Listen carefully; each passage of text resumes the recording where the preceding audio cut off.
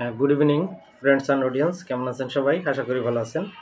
আমি ডক্টর আশিস মজুমদার আজকের সান্ধ্যকালীন অধিবেশনে আপনাদের সকলকে স্বাগত জানাচ্ছি।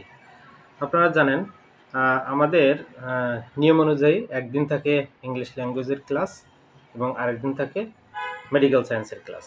তো নিয়ম অনুযায়ী আমাদের আজকের ক্লাসটি হবে ইংলিশ ল্যাঙ্গুয়েজের।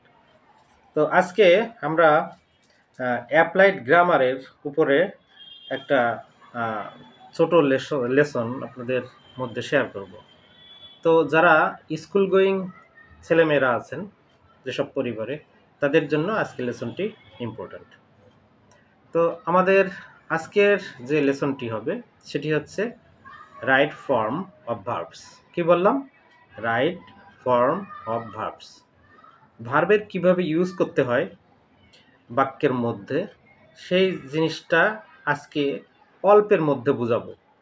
আমরা যেভাবে লেসনটাকে সাজিয়েছি মূলত এখানে মাত্র 11টি রুলের কথা বলবো।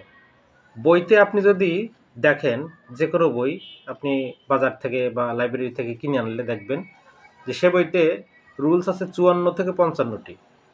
তো সেখান থেকে সুন্দর একটা টেকনিক ভাবে আমরা এটা সাজিয়েছি, মানে টেকনিক্যাল ওয়েতে 11টা ফর্মুলা, এর মধ্যে সব নিয়মগুলো ইনবিল্ট হয়ে আছে। তো চলুন আজকে কথা না বাড়িয়ে আমরা তাহলে শুরু করি। আজকে মাত্র একটা জিনিস শিখাবো, একটা টপিক, ঠিক আছে? মন দিয়ে এটা শুধু শুনলে আশা করি মানে বিষয়টি ক্লিয়ার হয়ে যাবে। তো টপিকটি কীরকম? ধরুন এরকম করে, মানে স্কোয়ার করে 11টি বক্স আছে।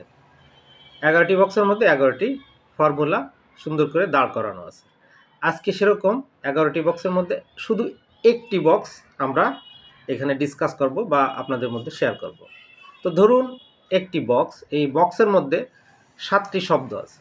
শব্দগুলো কি কি? ভালো করে শুনবেন। Now, nowadays, at this time, at this moment, gradually, at present. এই কয়েকটা শব্দ যদি থাকে কোনো বাক্যের মধ্যে এবং সেই বাক্যের গ্যাপ, ওই গ্যাপে যদি বলা হয় যে এই ভার্বটি দিয়ে এই গ্যাপটি আপনি ফিল আপ করেন। কি বললাম তাহলে? আরেকবার বলি।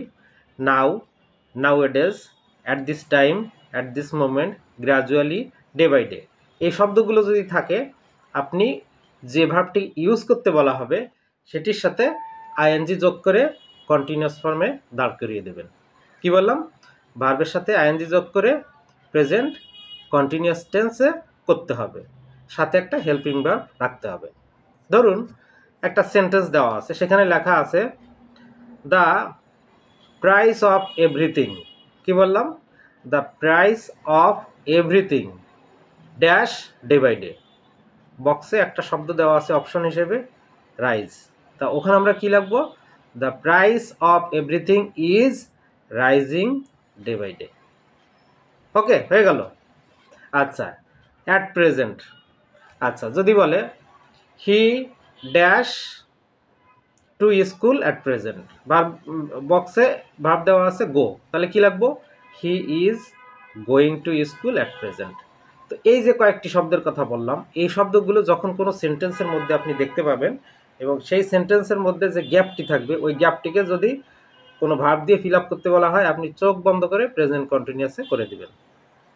এই ছিল আজকে আমাদের ছোট একটি লেসন। এরপরে বাকি থাকবে আরও 10টি রুল। এই 10টি আর আজকেরটা মোট 11টি ফর্মুলা বা রুল, আমি যেটা নিজেই এতে মানে করেছি আপনাদের জন্য, এতে 54-55টা রুলকে ডমিনেট করবে। এই 11টি রুলের মধ্যে 54টা রুল ইনবিল্ট হয়ে আছে। তো আজকে এটাই ছিল আমাদের লেসন। কেমন লাগলো অবশ্যই কমেন্ট করে জানাতে ভুলবেন না। ফলো দিবেন, পাশে দেখবেন। শুভ সন্ধ্যা।